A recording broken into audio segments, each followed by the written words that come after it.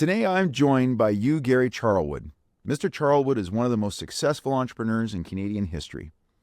After arriving in Canada in the mid-1960s, Charlwood worked in the airline industry before getting into real estate. In 1975, he and a partner secured the master franchise rights to Century 21 Real Estate Canada and built it into one of the country's largest real estate networks. But that wasn't enough. In 1981, he founded Uniglobe Travel International, a global travel network that generates billions in revenue. In this episode, we will uncover the rags to riches story of a man who built two powerhouse companies while still cruising with miles of open sky in front of him. Gary Charlwood, thank you for being on Coastal Front today. Good to be here. Great. I'm glad to have you here. I'm going to start with a stat for our listeners and viewers who are not maybe even familiar with the Century 21 story. Century 21 is one of the largest real estate franchise companies in the world with 130,000 system-wide members, 11,000 offices, and you're in 80 different countries. But here's an interesting and remarkable statistic. In the first 18 months of your venture into the real estate industry, you sold 118 homes. I mean, this is equivalent of roughly one home every 4 days, which is and my father worked in the industry, so I can appreciate that's Block Brothers. I think you mentioned that earlier. That's right. Yep. Yeah. They were the arch competitor. Well, I'm glad we're sitting here. So tell me, Gary, how did you manage to sell 118 homes in 18 months? Number one, hard work. I mean, I really did work the clock. Yeah. And because I was a rookie, it was difficult to break through.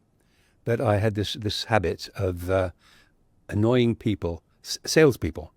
If I knew there was a new brand listing, a brand new listing, I wanted to be on top of it. Yeah. So information was extremely important to me. Yeah. And I'd call them at 7 o'clock. I wouldn't call them at 6:30, but at 7 o'clock, and they'd usually be quite rude.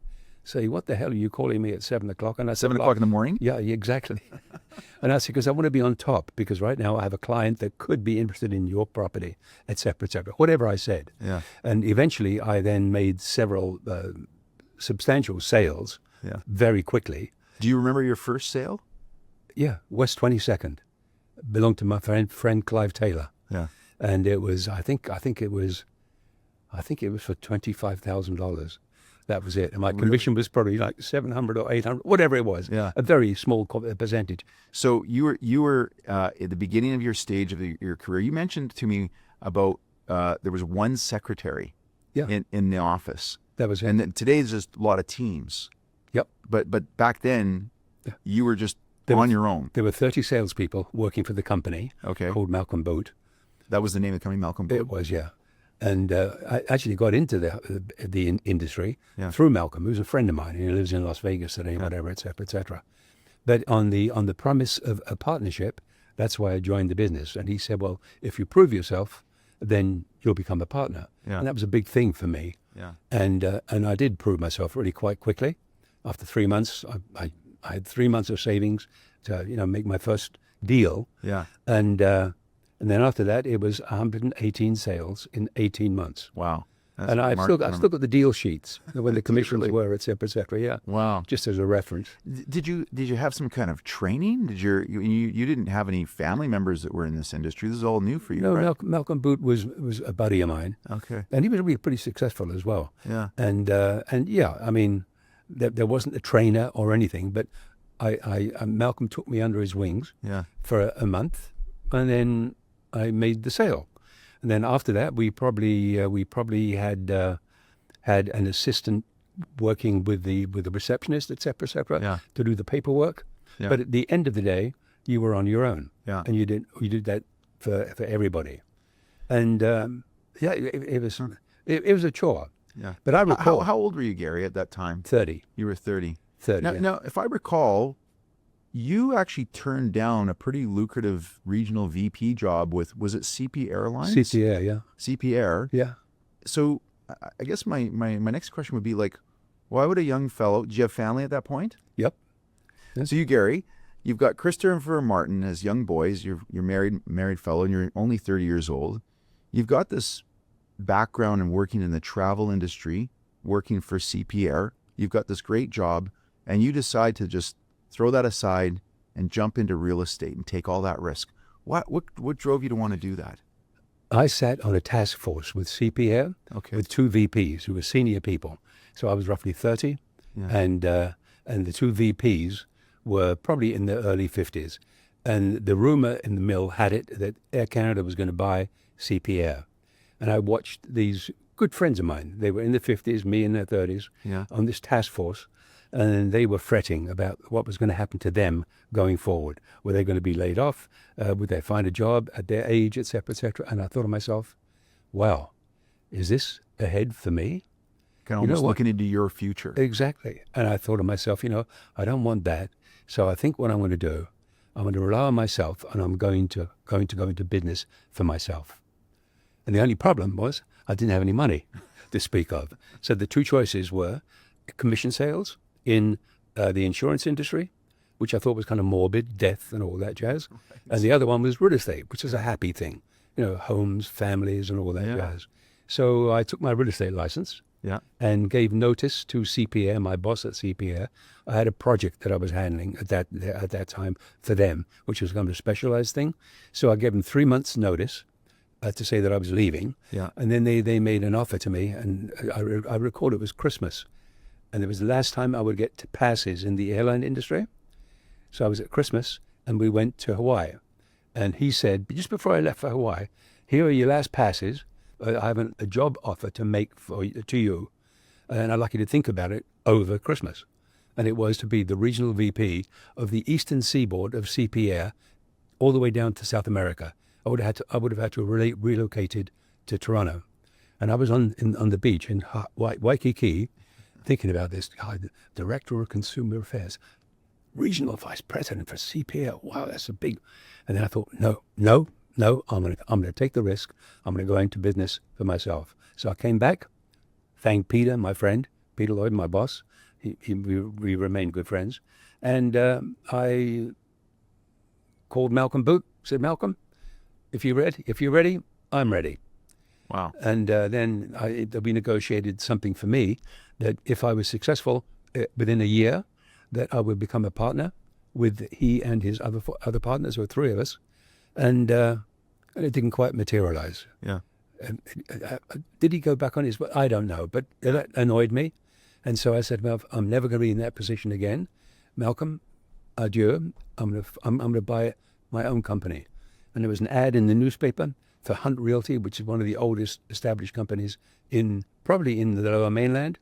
And there was a box number. I responded, and I met the owner, who was in his early 60s, maybe, with some health issues. And I gave him my $50,000 for 50% of the company. Oh, wow. And so that was 50. And it sounds small now. This was the first. So just to recap this, you enter the industry, you come guns blazing. I mean, 818 sold homes in the first 18 months. You initially had been sort of given the opportunity, or you thought the opportunity to be partners in this first company. Correct. Didn't work out. You see this ad, you talk to Mr. Hunt, you purchase a 50% ownership. This is before we get to Century 21, right? I'm 100% before. Yeah, okay. Actually, Hiller Belling was the owner of Hunt. Okay. Hunt was an old company. The original owner was Hunt, obviously. Okay. And he passed away. And so Hunt had a development arm and a brokerage arm. Okay. So I was responsible for the brokerage arm, Hiller for the development arm, but we were 100%, we were 50-50 partners in both things. Yeah. So he did that, and I did this. And at that time, I think we had 6 salespeople. Okay. And I bought into the company.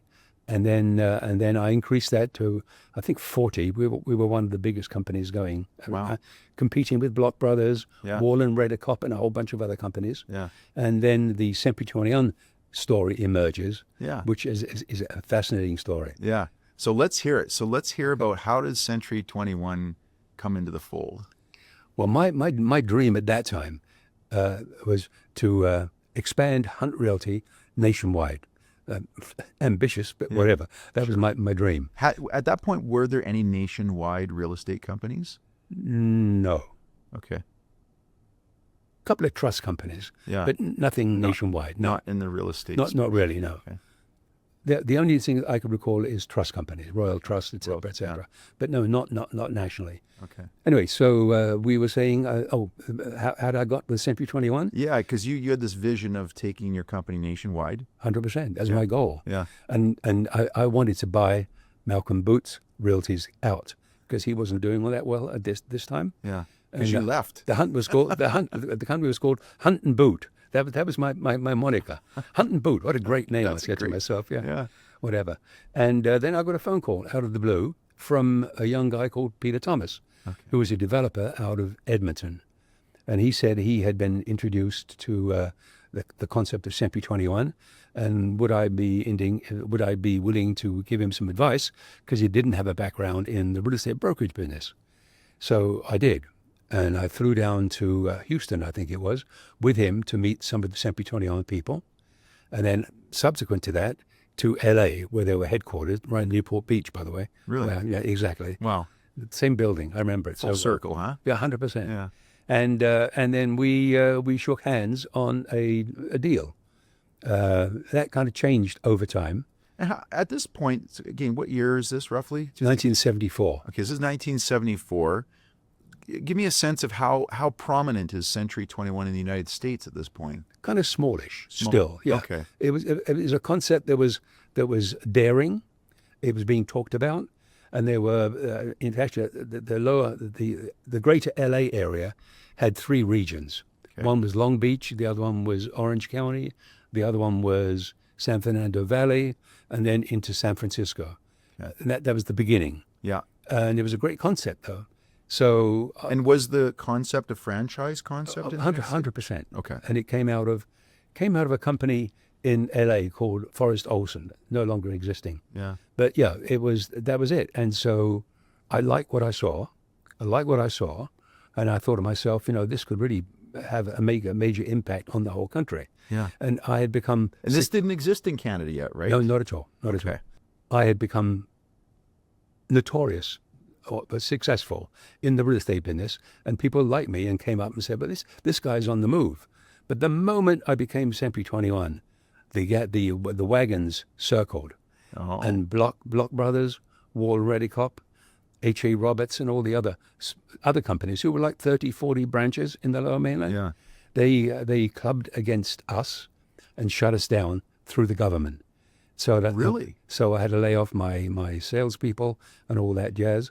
And I took him to court. Are we talking provincial government? Provincial government. The Real Estate Association. Okay. I forget the term today, Yeah. but it exists today. Okay. Anyway, and so I had to take him to court. But what was it they were taking you down for, the concept of having a franchise? Franchising is illegal in Canada. Pyramid selling.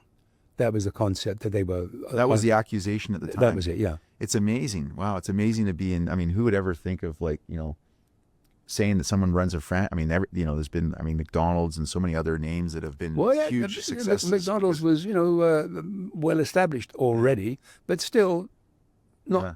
But to associate franchise with pyramid selling is just like that was amazing. Yeah, amazing. Yeah. That was anyway. We took the province or the provincial government, whatever, the authorities, so to speak, to court. Okay. We hired a lawyer by the name of Jack Giles, who also worked for a lawyer called Sir Michael Butler.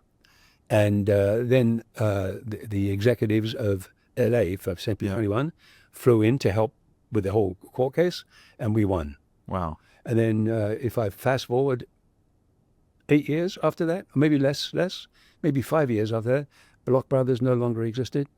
Wall and Reddycop never longer existed. Yeah. H.A. Roberts didn't longer exist.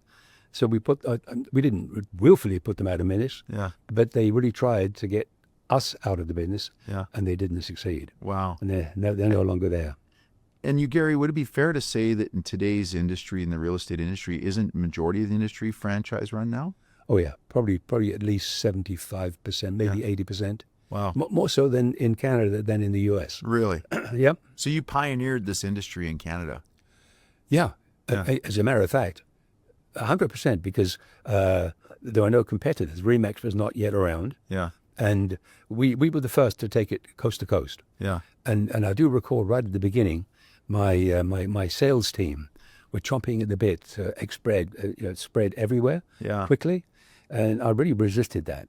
And we wouldn't. I wouldn't. How come?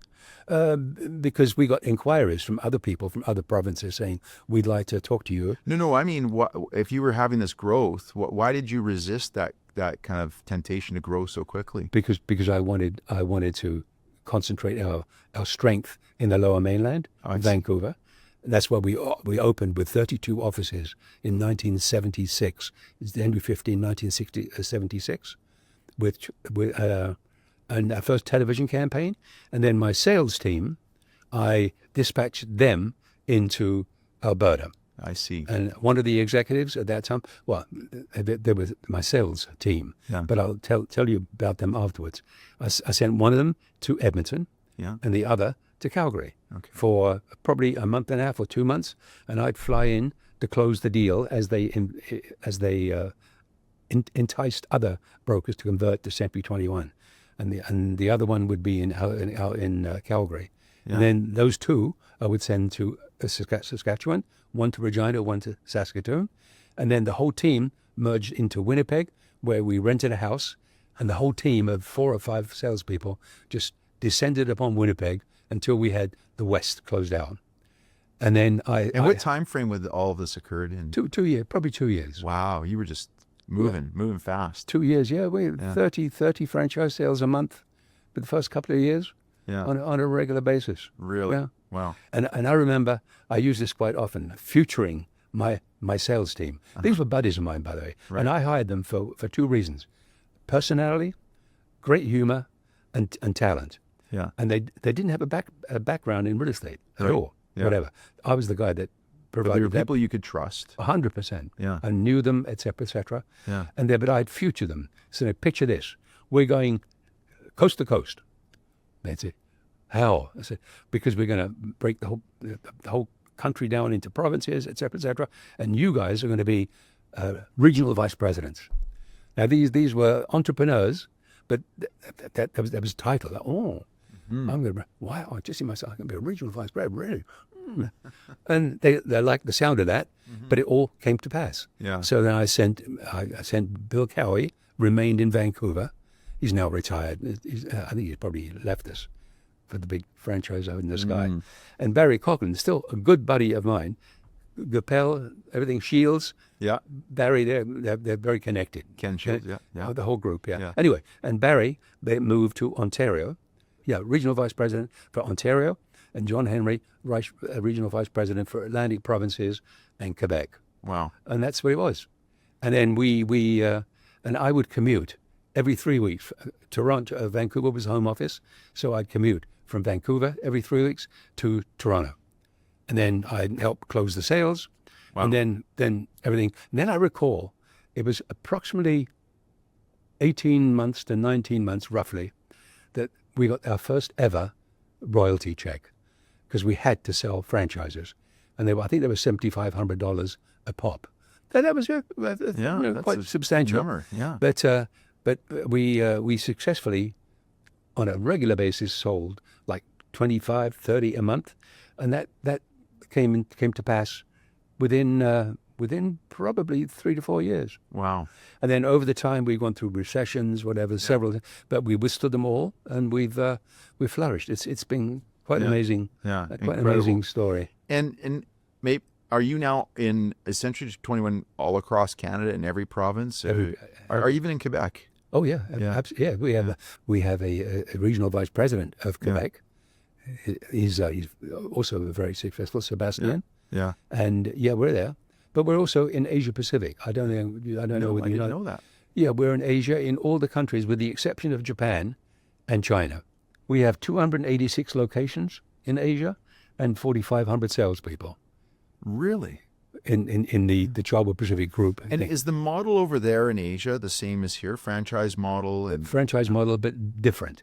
That is, it's still a bit of a challenge for us because there is no organized real estate model in those countries. Mm-hmm. And we're trying to introduce that model into that area. But it's also the area that has the highest demographic, young people. The rest of China, Right. aging population. Japan, dramatic aging population, Yeah. et cetera, et cetera. But yeah, so we're partners in Asia with the Wong family of Taiwan. Okay. So yeah, we have, like I say, we have 286 locations, 11,000 salespeople in Canada. Wow. Internationally, we do $700 million in GCCs, in gross closed commissions. Really? That's a huge quantity. That's a huge Yeah. number. This is not us. This is the whole Yeah. system. Closing in on $1 billion. Yeah. Yeah. Yeah. Incredible. So you, Gary, this model, this franchise model, which was new to Canada when you brought this to Canada, never been heard of. In fact, your competitors attempted to shut you down legally. Yep. What makes that model successful? Like, what do you attribute? I mean, I know you're a hardworking guy. It sounds like at the early days when it was just yourself, the success was because of your own hustle. And it sounds along the way you brought in people you trusted, your old friends that you could bring in, and they had a good, heart and hard work ethic. But to get to the scale of success you've had, especially in a franchise model, what do you attribute the success being a result of? Like, what are some of the things that you guys have done very right? We picked the right franchisees for starters. Okay. Yeah, and yeah, that wasn't easy at all. Yeah. Because at the beginning, when you think of this, the competitor was Block Brothers, Warner Brothers, and all that jazz. But then you go into their office and say, "Let me understand this correctly." That's what the owner of the office would say. So you want me to change my name, which had been around for 20 years, to your name, Century 21? Yep. And you want me, from my earnings, to pay you 6% that I've kind of developed over time? Yep. And we got kicked out of the offices so often until and the pitch was, do you have a marketing department? Well, no. Do you have a public relations department? Well, no. Do you have a training department? Well, no. Do you have any whatever? Okay. And they'd say, well, nor do you. I said, no, but I'm going to have it. I'm going to do them all. I'm going to do those all, and I'll do that within the next year. Okay. And that was the story. Yeah. And then I guess the personality of my sales team, we were fun. We had a great time. And then the franchisees began joining us, and we had a structure by which there were broker councils. So everybody had to belong to the broker council in that province, and they had elections, like a chairman of the broker council and all that jazz. Yeah. And that would be my support group. Mm-hmm. And so as we moved from BC, for example, I would have the executive of the broker council I'd pay for to fly to Edmonton, to wherever it was, where the opening of that province took place. And they very much felt very much part of the whole thing. And they were. And so we then eventually had trainers, marketing department, all that. They developed. Yeah. And many people have gone through the doors of Century 21 that will say this was the highlight of their business career. Their career. And they've retired, moved on, whatever. But yeah, and my current executive team is top notch. They just are headed now by my son Martin and my son Christopher. Yeah. On a daily basis. Yeah. Well, Gary, it seems to me like you built a culture here that people wanted to eventually really become part of. 100%. Yeah. 100%. As I mentioned earlier, my father was a real estate agent, and my grandfather and uncle also in the industry, as your nemesis apparently, but they didn't do too well, I guess, compared to how you did with Century 21. But I learned a lot about the real estate. I never worked in it myself, but one of the things I observed with the industry was this recognition programs. And was this material at all for you guys? 100%. Yeah. Can you talk about the evolution of that and why that was important? Well, salespeople are very competitive. The award attraction is ego boosting. And so we have all these, all our competitors have various levels of success. Yeah. And we celebrate success. If it's a person that made their first sale, we celebrate that. If a person made his first 10 sales, we celebrate that. We have delineations, etc. Yeah. The zenith of our award winners are the centurions. Centurions. Okay, I love Centurions, it. It's a great yeah. name. Yeah, perfect. Yeah. Yeah. And the Centurions are. How do you become a centurion? What do you have to do to become a You centurion? know what? I would have that information. Okay. Quite a lot. $250,000 in gross closed commissions. Commissions, yeah. Yeah. Okay. That's the first level. Yeah. And then we have 2 levels above that. Okay. Today, the trend seems to be Yeah. teams, et Yeah. cetera. Yeah. We'll talk about that. I want to hear your comments on that as well. But Okay. staying on the topic of these award recognitions. So these salespeople are sort of ego driven in a way. 100%. Yeah. Oh, yeah, for sure. Yeah. And is that something that you implemented into Century 21 early on? Was it something that you Right at the beginning. Yeah. Right at the beginning. And it kind of. And did you learn about it from somebody else? Was it your own idea? No. It was the core group of Century 21, based in Newport Beach at that time, or Irvine, actually, right next door. We'd learn our trade together as franchisors.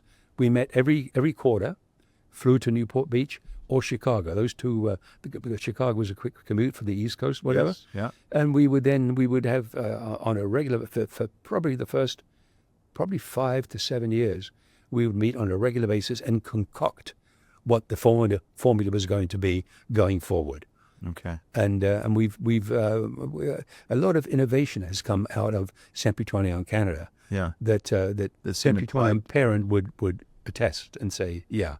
I mean, for example, of the top 21 offices in the world, Yes. Canada has at least 12 to 15. Really?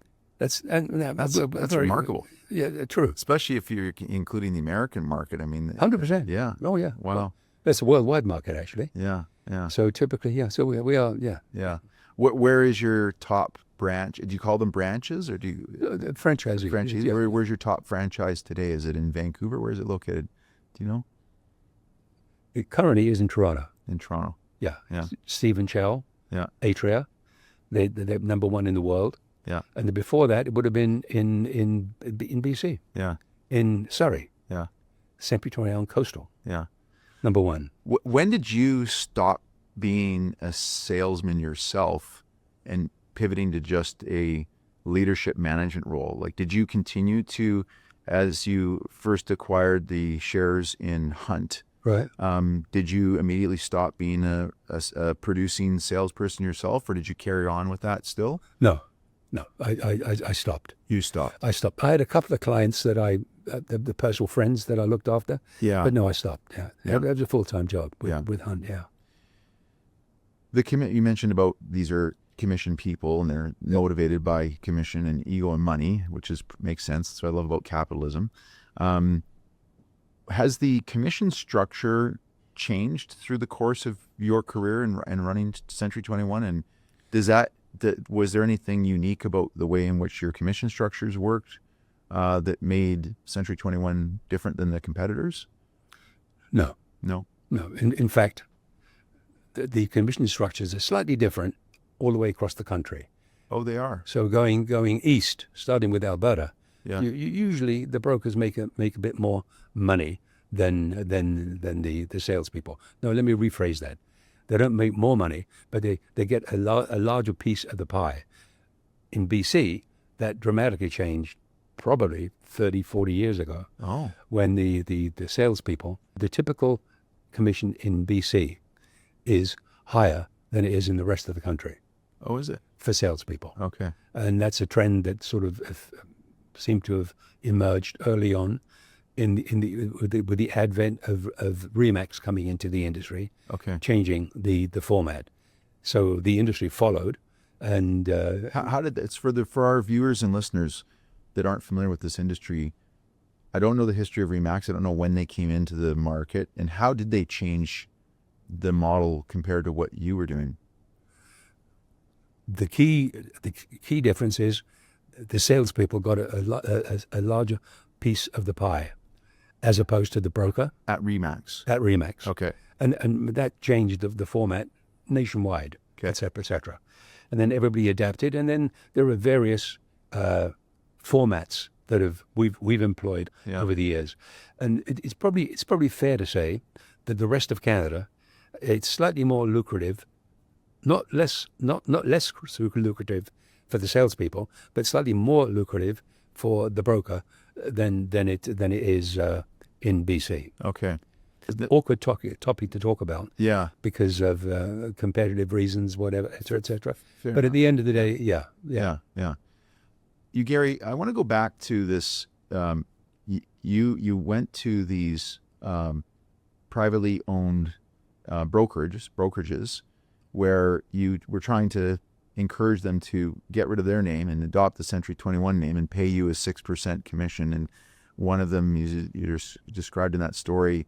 So why would I do this? And you're like, well, I'm going to get you the marketing and the resources and the public relations. And then you did it, and you had a commitment to do that. And it was cheeky. It was cheeky. I mean, I knew I was going to do that. Yeah. I knew that I would deliver. Yeah.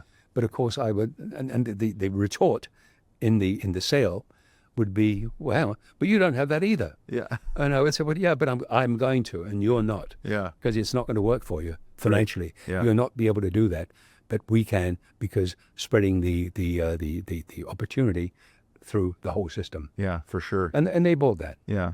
Well, look, your success is another example of what I've often described as a great model of consolidating fragmented industries. So when I think of people like, I forget the name of the founder, but the fellow who built out 1-800-GOT-JUNK. Yeah. Right. Scudemeyer, I think it is. Is that right? Yeah. Yeah. Or if I think about more recently, the Shivji, Dr. Shivji, who built out, I think it was West Coast Dental Group, and they started acquiring all these dental practices, going to dentists and saying, look, you can still be an owner in this business, but we'll take over 60%. We'll be the majority owner, and we're going to systemize your marketing. We're going to provide you with back-end accounting and all the compliance and everything you need.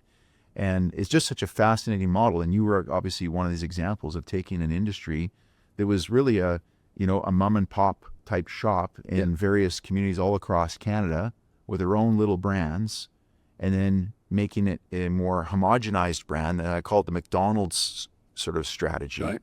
And then it becomes recognizable. Yeah. Right. And now people, maybe they're moving from one town to another, and they're like, well, who should we got to buy? I've been transferred to my job. I'm moving from Kamloops to Kelowna, and who should we deal with? Well, Century 21, they're 100%. And they've got a good reputation.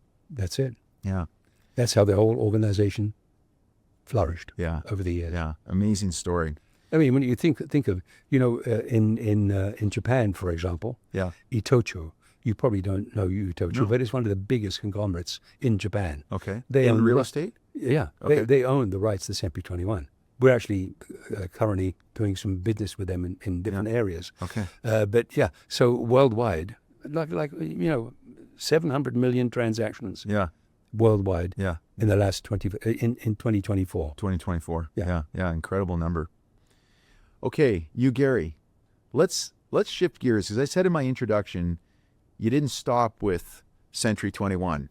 You decided to launch Uniglobe Travel. Uniglobe is one of the world's leading travel management companies with over 4,500 travel agents working in 50 different countries.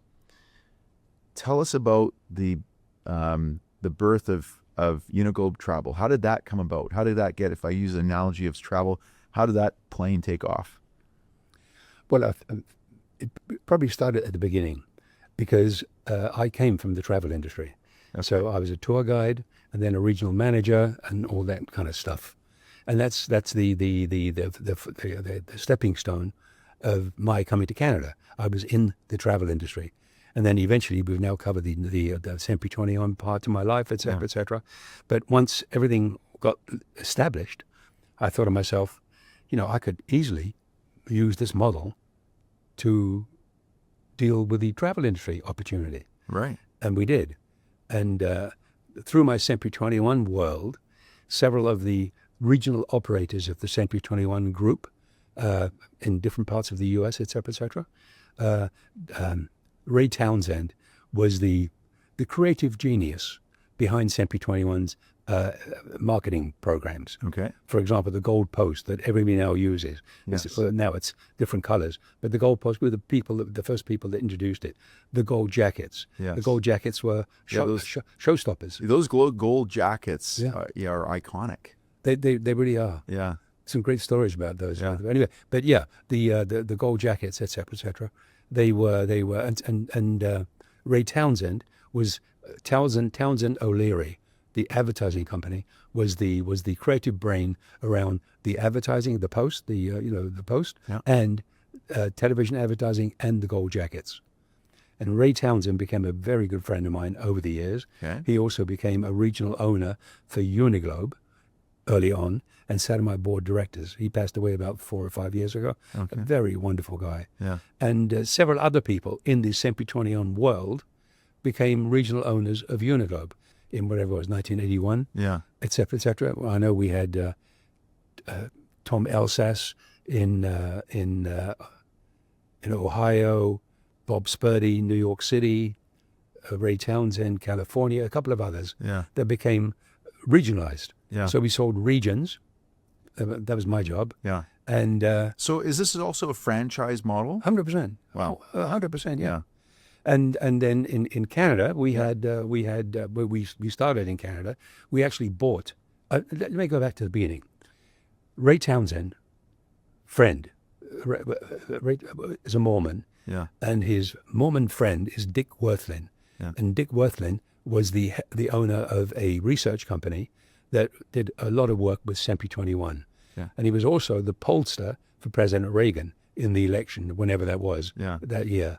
And he did the research project for us on Ray Townsend's recommendation on launching a travel franchise. So the travel franchise of Uniglobe started actually through your friend Ray Townsend. That was his. No, it was my idea. Okay, your idea. And I went to him. To do the research to see if there was a potential to basically disrupt the travel industry 100%. In the same way you did. 100%, exactly. Wow. So Dick Worthlin was the researcher that came up with the name. Yeah. No, the name actually. The name I was looking for something called Travel Intrigue and a couple of others, but the name that came out of it was Uniglobe, and that was because a conversation to my sons Christopher, Martin, and I on the kitchen table, we said Uniglobe sounds such a great name. It's a great name. And he Worthlin confirmed that this was they did some polls of market research, and they liked it. Yeah. And that's what happened. Wow. And then we had the headquarters were here, but I had a regional headquarters in Toronto. We bought a company called Atco, which is a franchise company with about 15 locations. Yeah. That it was a stepping stone. We'd started in Western Canada, then bought that company, and it was probably a misfire for us. Yeah. Because they had a very poor company culture, and we probably lost all the franchisees because they were very mistrustful of their operator. The company was called Atco. Yeah. But eventually it was a brick on which we built the pillars of everything. Wow. Because all of a sudden now we had 100 offices roughly, or whatever it was, or 50, 60 offices in Canada. Yeah. And then into the United States. United States. Where was the very first Uniglobe office?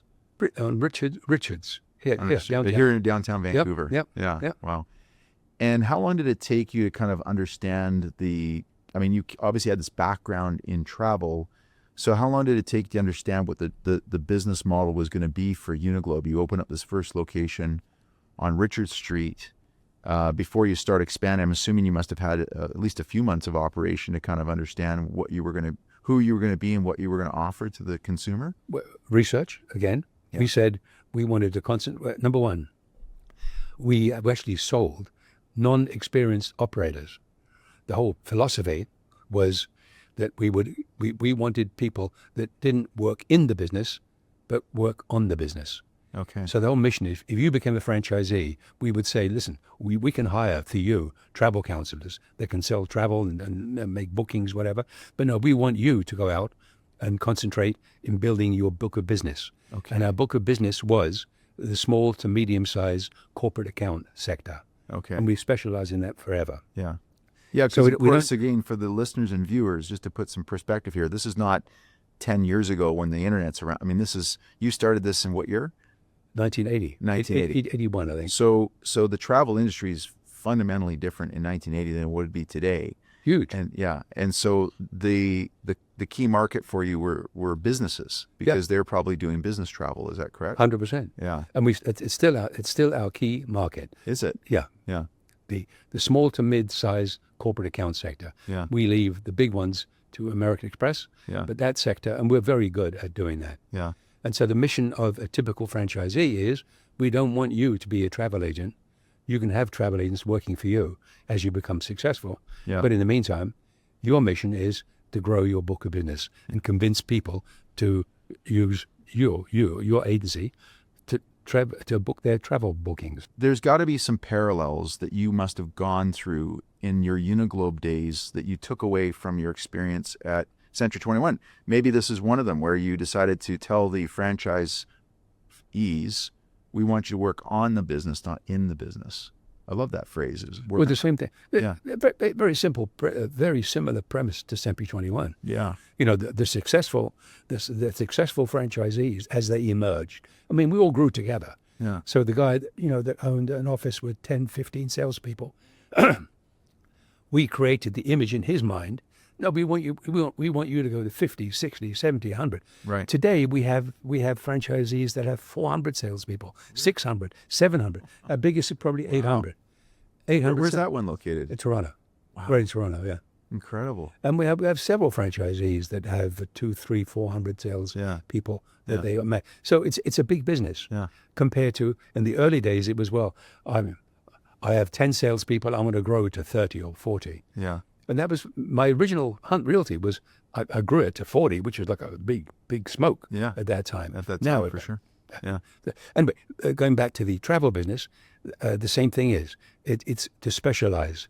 Like, don't work in the business, work on the business. Yeah, that's and that fantastic. really that's yeah. Wow.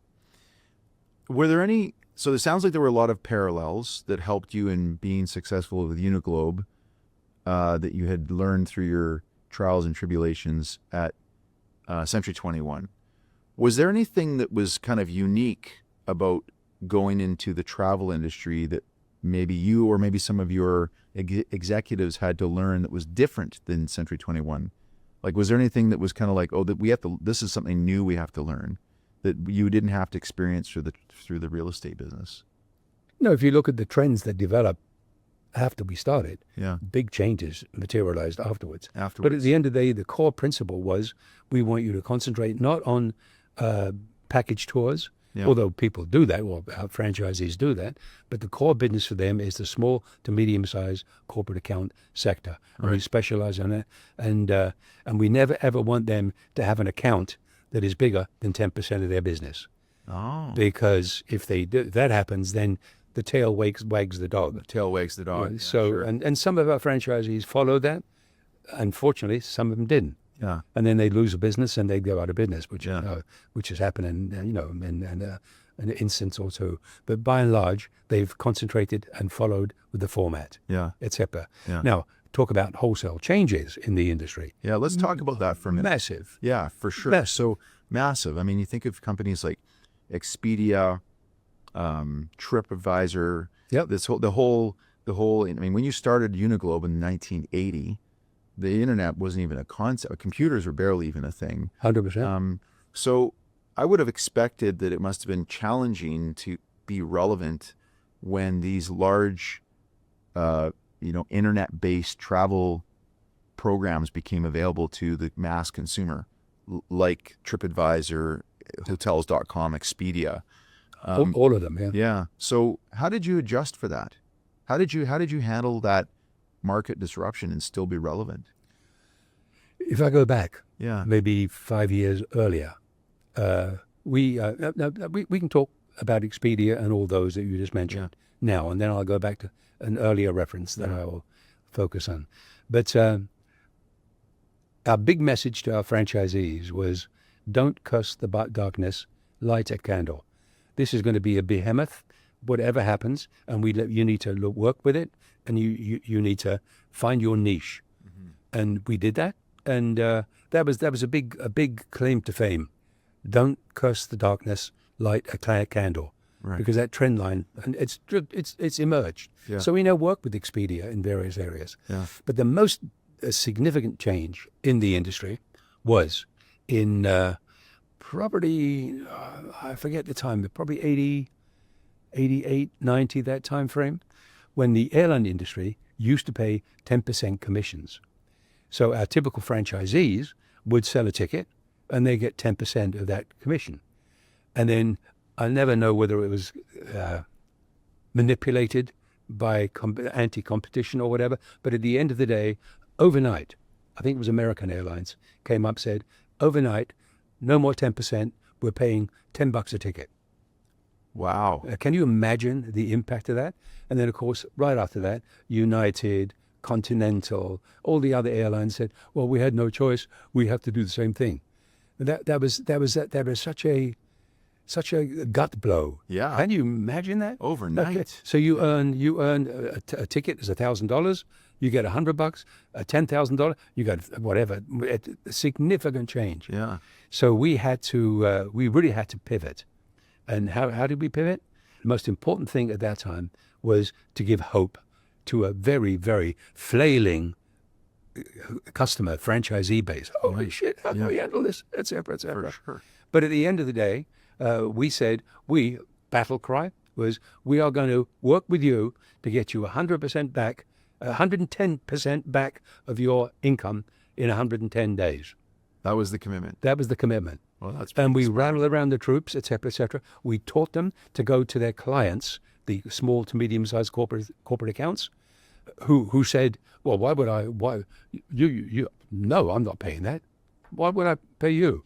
Yeah. And then very quickly, we worked hard, with our franchisee group worked very hard to develop a sales strategy. It comes up and says, the reason you're going to pay us is because we're really good. We're really good at what we add do. value. That's exactly. So why don't you deal with somebody else and see what happens?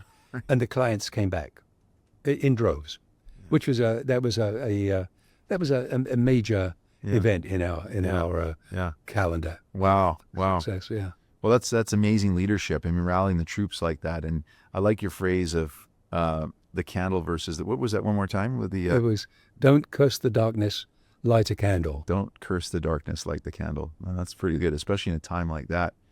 That would have must been even more disruptive than the sort of, by contrast, slow integration of the internet and these online. Oh, that was a gut blow. Yeah, I can't think of the term. Oh, that was it was incredible, very difficult. Yeah, and I recall I was in Munich, at the time when this all announced. Yeah, so theory they did it overnight, and so we burned the clock for 24 hours to see what can we come up with to counter this in some capacity. Yeah. And it looked like a very thankless task. Yeah. But it happened. Yeah. It really did, and we did deliver. Yeah. Wow. You, Gary, how hard has it been to run two successful companies at the same time? And I know you have others since then, but like at that time, you look back, maybe the late 80s or early 90s, you've got this thriving real estate franchise, and now you've got this thriving global, Uniglobe franchise systems. How did you manage to run both of those successfully at the same time? Great people.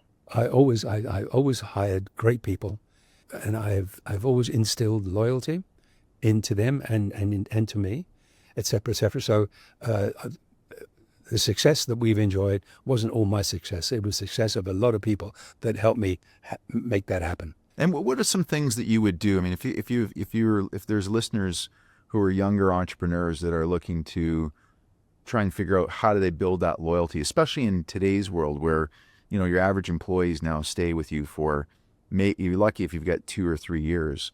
What kind of things did you do other than being obviously pretty genuine? It seems like.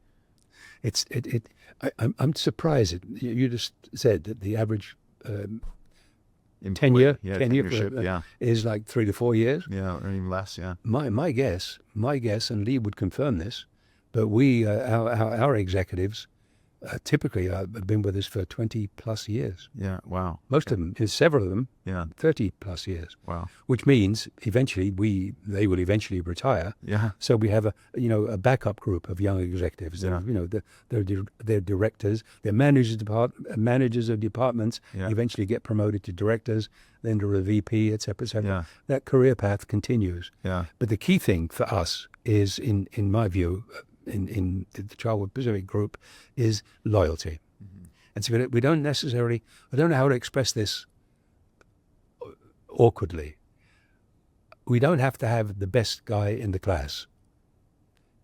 If the best guy in the class is brilliant, fine.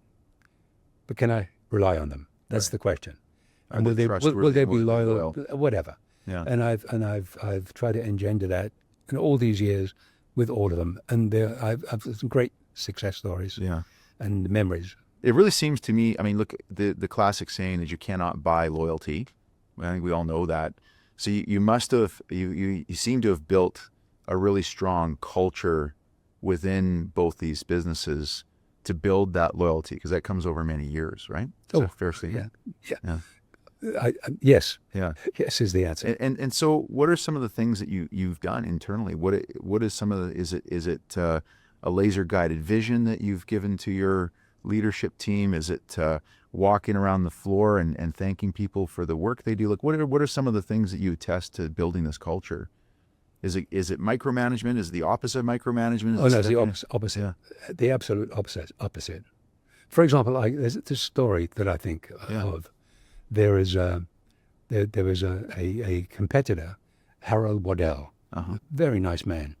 And my Hunt office, was on 13th and Lonsdale in North Vancouver.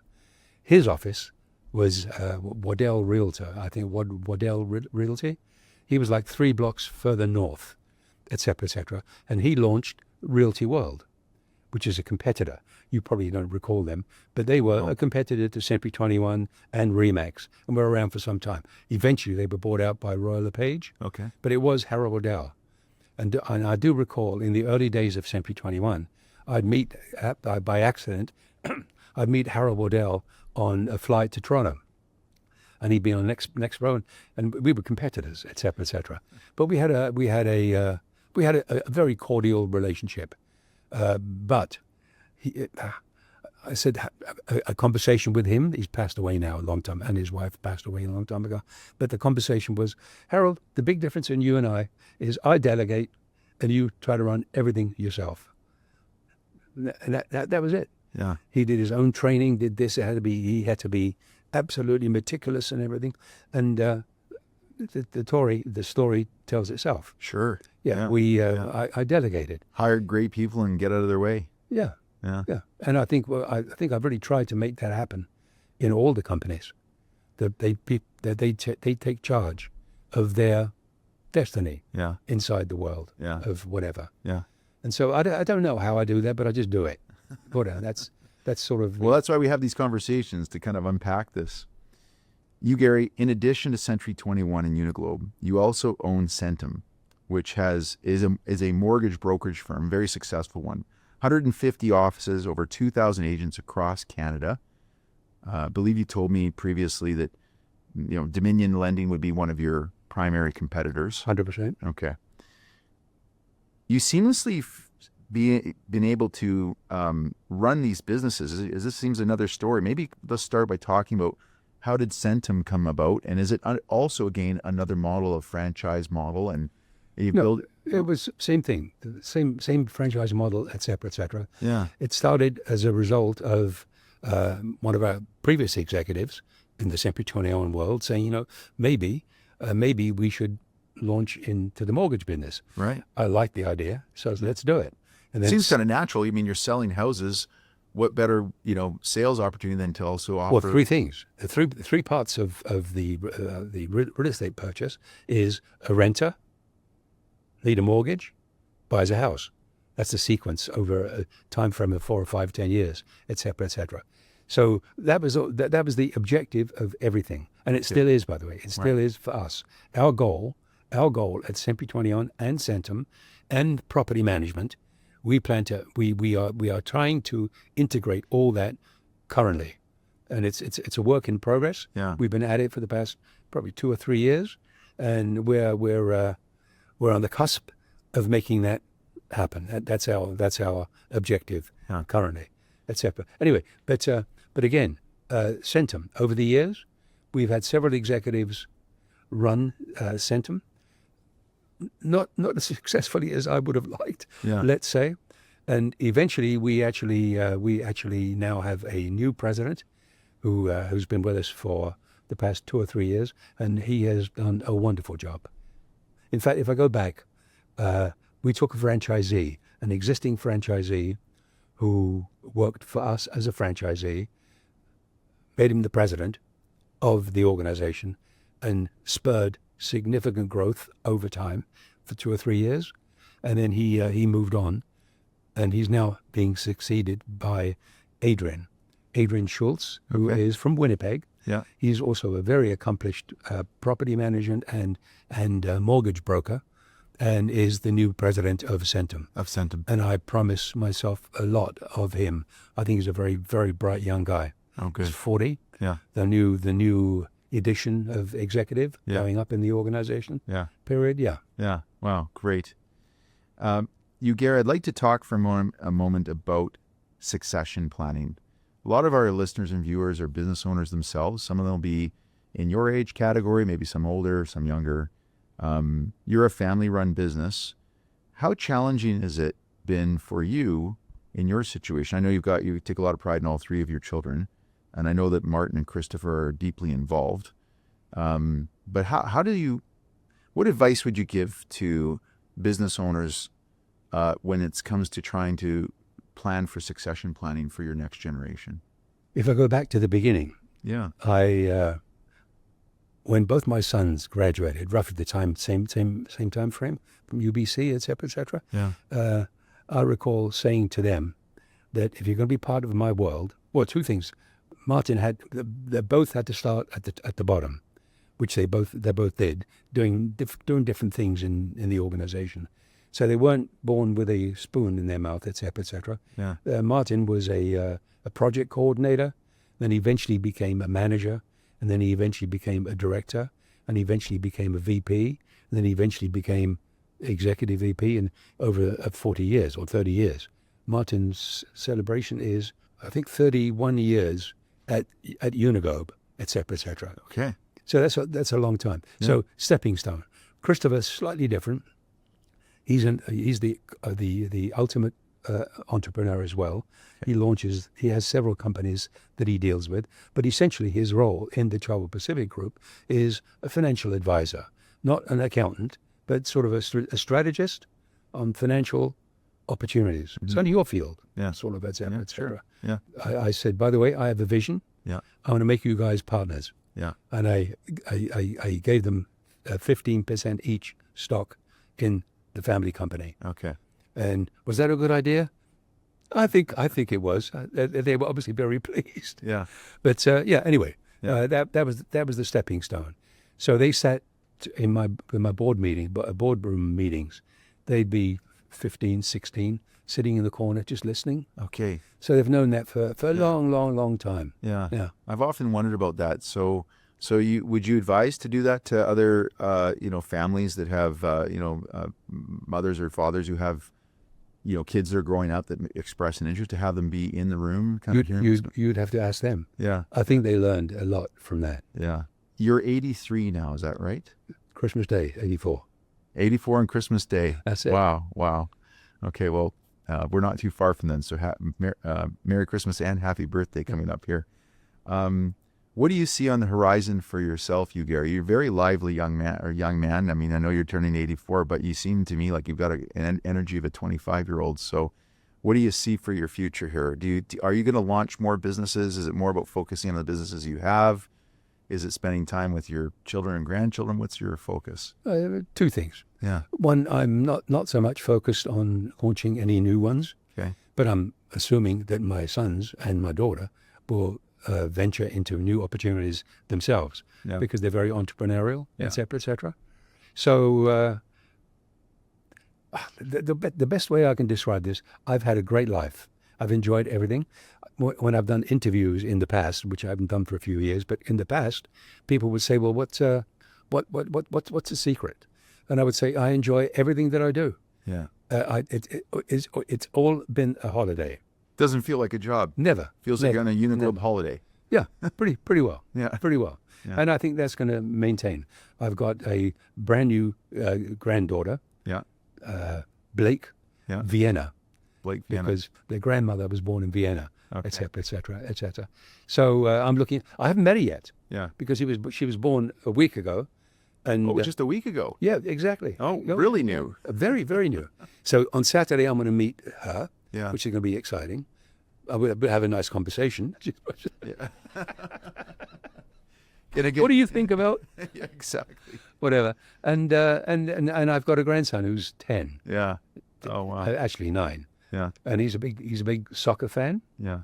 and he's hopefully we're going to watch the Whitecaps play against Miami in the North American Cup Yeah. on Saturday. Yeah. Wow. So exciting. he's quite the athlete, and he's a very good student and a very happy character. Yeah. And and I've got my sort of what's the word, my other family, my wife Shirley, she's from California. We have 3 On that side as well. on that side, yeah. Yeah. And they're all successful, Yeah. school, et cetera, et cetera. Just Yeah. happy. So I'm really quite Yeah. occupied. Yeah. And I do, and I still play a coordinational role Okay. in everything. That's your role. That's my Yeah. that's actually my hobby. Yeah. Yeah. Yeah, essentially. Now, before we wrap up, I do want to, for the listeners and viewers, I got a chance to talk to you before we got on camera here. I've been referring to you as you, Gary. The U stands for, it's short for? It's Uwe. Uwe. UWE. Uwe Gary Charlwood. Yeah. I Now, was, it's a German name, but you have a British accent. So walk us through that a little bit. I know the answer, but okay. yeah, tell me. So I was born in 1941, Christmas Day 1941, in Germany. Actually, just 3 kilometers north of the to be East German border. Wow. With I could have grown up in Soviet Russia if the Russians had marched further. Anyway, I was born in Germany in a town called Schöningen, really ancient town, goes back millennia, etc., etc. A small town, 10,000 people population, and that's where I was born. My father, I never met my father. He passed away in the war. My grandparents raised me, and they were from Germany, obviously. And my mother married an English soldier named Charlwood, Occupational Forces, 1945, 1946. Wow. So I learned to speak English, and then my mother then imported me, so to speak, into England, to London, at 8. So I learned to speak English. You were an only child. I was, yeah. I learned to speak English when I was 8, in a very complicated time frame. That was just right after the Second World War. Yeah. The Germany, the Russians, Yeah. Germany. You're this young German boy who's now been transplanted into all that, England. yeah. Where in England did your mother move London. to? In London. So exactly. Now, I have a London accent because from the age of 8, when I learned to speak English, I probably had a big, very sick German accent at the time. And that caused things to go off in right after the war. Yeah, sure. Like I had to make sure I'd look after myself. Yeah. Because there were enemies, because I was a German kid. Yeah. But I became so integrated in English society. Yeah. I got into the sports teams, and I was very successful, and I had a great time. But my whole life, my mother, when I was 10 years of age, having now learned to speak English with probably a better accent now, but it was very German at that time. She would take me to do you know London well? I don't know. Okay, but yeah. Okay. Yeah. So she would take me by bus, double-decker bus, Yeah. to Victoria Station. Yes. With a small suitcase. Yeah. And I'd get on the train. My stepfather was in the railway business, etc., etc. Yeah. So we got passes. So I had a pass to go to Victoria Station, take the train to Dover. To Dover. Dover, Wow. which is like probably an hour and a half, 2 hour. Yeah, sure. I would then take my suitcase and I'd go onto the boat to the English Channel to Ostend, Belgium. And then I would then go through customs with my suitcase and go on the train to North Germany, which is 18 hours on the train. And I did that twice a year from the age of 10 by myself. And I think that was probably one of the most formational things that could ever have happened to anybody. By yourself? At 10 years of age. At 10 years old? Yeah. Wow. Yeah. Now you think of that. And was this to go see your grandparents? Yeah, well, I'm sorry. Yeah. Yeah. Of course. Yeah. And I was very, very fond of my grandparents. They raised me. They were just special Yeah. to me in my life. Yeah. Wow. So that's how it all emerged. So then all the rest was eventually every summer and every Christmas I'd go to Germany, come back. So twice a year, whatever. And then from the age of 18, 19, I began my career in the travel business and places. I lived all over Europe. Yeah. I mean, we lived in Ostend because I managed a tour company from Ostend that dispatched buses all over Europe. And then we also lived in Switzerland, in Zurich, not in Zurich, Lugano, Switzerland. Yeah. If ever you go to Switzerland, you've got to go to Lugano. Yeah. What a special place it is. Semi-tropical. Okay. It's the only place in Switzerland where you have palm trees, and it's very warm in the winter. Wow. Once you go through the Gotthard Tunnel. Yeah. And that's where Christopher, my oldest son, was born, in Switzerland. Yeah. I worked for a company called Globus, still around. Right. Yeah. And anyway, and then we lived in Vienna. We lived in several countries over the years in the early part of my career until we came to Canada. Yeah. Which was at the age of whatever I was, 20, 23. Yeah. And your first stop in Canada was not in Vancouver? No, it wasn't.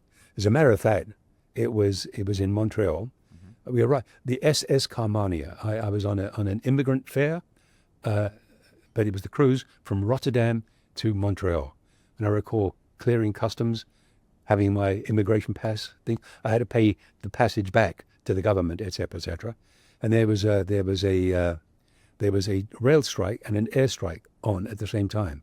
And I had limited funds. I only had, I think I had $2,000 to my name that I had to, rent a house and do all that stuff. Sure. And rail strike is going to, eat into my cash, et cetera, et cetera. So I'm in a restaurant and I'm hearing people on a booth speaking about transporting a car to Red Deer. And I'm listening sort of badly, rude, but whatever. And I thought, and I had a map, and I said, Red Deer, holy shit.